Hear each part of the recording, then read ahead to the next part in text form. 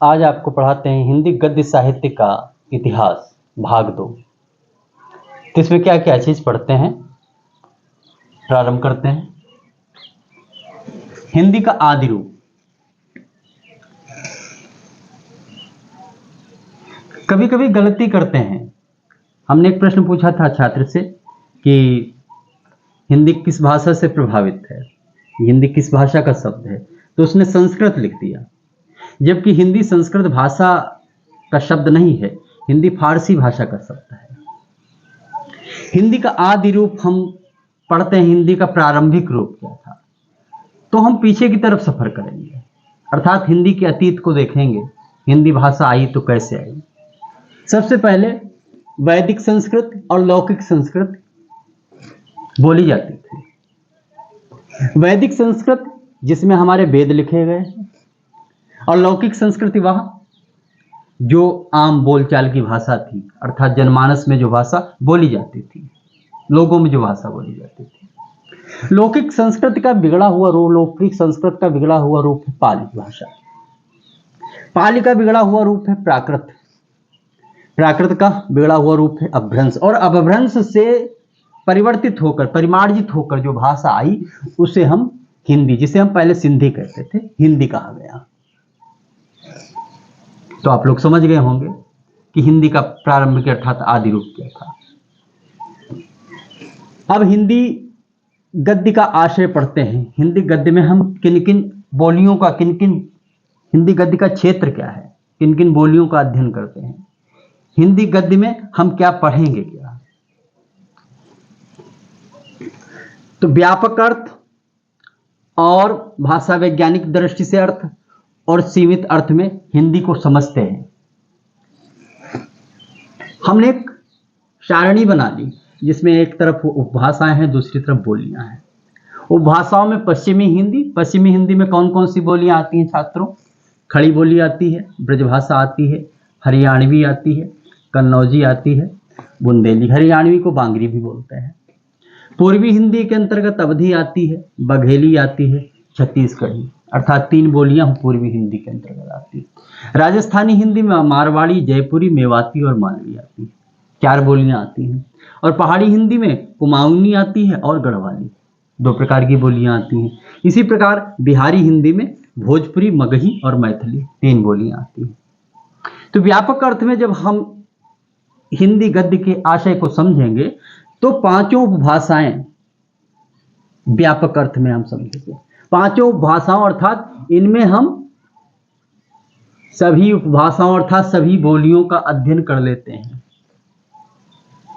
व्यापक अर्थ में जितनी बोलियां हैं उनका सबका अध्ययन किया जाता है हिंदी गद्य के व्यापक अर्थ के रूप में, ठीक है।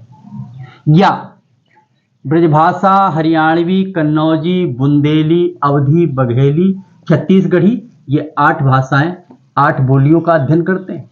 5 ये हो गई, और पूर्वी हिंदी की, पश्चिमी हिंदी की 5 बोलियां हो गई, और पूर्वी हिंदी की 3 हो गई। इस प्रकार 8 बोलियों का हम अध्ययन करते हैं। उसके साथ में 3 उपभाषाएं, राजस्थानी, पहाड़ी हिंदी और बिहारी हिंदी, अर्थात 1 2 5 5 3 8 8 4 12 और 12 2 14, 14 3 17, 17 बोलियों का अध्ययन करते हैं हिंदी के व्यापक अर्थ।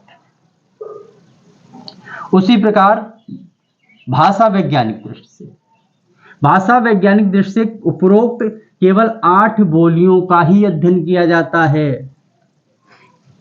इनका अर्थात भाषा वैज्ञानिक दृष्टिकोण से पश्चिमी हिंदी और पूर्वी हिंदी का ही अध्ययन करते हैं।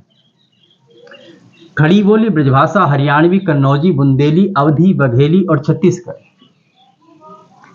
उसके बाद में हम सीमित अर्थ में हिंदी से दिल्ली, मेरठ और बिजनौर के आसपास बोली जाने वाली खड़ी बोली साहित्य के रूप में इसका अध्ययन करते हैं।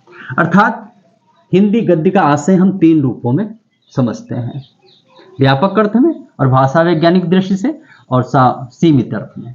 इस प्रकार ये भाषाएं और बोलियों का हम व्यापक और सीमित अर्थ में इनका प्रयोग समझते हैं। 2 बातें और महत्वपूर्ण हैं। भाषा किसे कहते हैं, शैली किसे कहते हैं, हम पूर्व में भी बता चुके। विचारों को व्यक्त करने का जो साधन है उसे भाषा कहते हैं, और शैली उसे कहते हैं विचारों को व्यक्त करने का जो तरीका है उसे शैली कहते हैं। प्रत्येक रचनाकार, प्रत्येक लेखक की शैली अलग अलग होती है, इसलिए तो विचारों को व्यक्त करने का जो साधन है वो भाषा है, और विचारों को व्यक्त करने का जो तरीका है उसे क्या बोलते हैं? शैली बोलते हैं। विधाओं के साथ साथ शैलियों का भी विकास होता है। प्रायः 3 प्रकार की शैलियों का विवेचन करता हूं। इतिहास, जीवनी और यात्रा, ये वर्णनात्मक शैली में प्रायः लिखे जाते हैं। विज्ञान, सौंदर्य शास्त्र, आलोचना, ये अधिकतर विवेचनात्मक शैली में लिखे जाते हैं, और दर्शन भी। ललित निबंध, गद्य गीत, नाटक, ये भावनात्मक शैली में लिखे जाते हैं। तो आप ये समझ सकते हैं कि इतिहास, जीवनी, यात्रा वर्णनात्मक शैली में, विज्ञान, सौंदर्य शास्त्र, आलोचना प्रायः विवेचनात्मक शैली में, ललित निबंध, गद्य गीत और नाटक भावनात्मक शैली में। अच्छा, गद्य की अपेक्षा पद्य का अवतरण पहले हुआ। इसके कारण रहे। पहला कारण तो यह रहा कि पद्य की रचना में आनंद की अनुभूति होती थी। पद्य की रचना में आनंद की अनुभूति होती थी। दूसरा, उस समय टंकण और मुद्रण का अभाव था, छापे खाने का अभाव था, इसलिए कोई विकल्प नहीं था विचारों को व्यक्त करने के लिए। अधिक समय तक विचारों को संजोने के लिए केवल पद्य रचना ही महत्वपूर्ण थी, क्योंकि पद्य याद हो जाता था और अधिक समय तक उसे संजोया जा सकता था। तीसरा, लय, तुक, ताल के कारण पद्य रचना जल्दी कंठस्थ हो जाती थी। चौथा, इसलिए उस समय आयुर्वेद, ज्योतिषी, विज्ञान जैसे विषयों को पद्य में ही ढाले गए और पद्य में ही उनकी रचना की गई। अस्तु।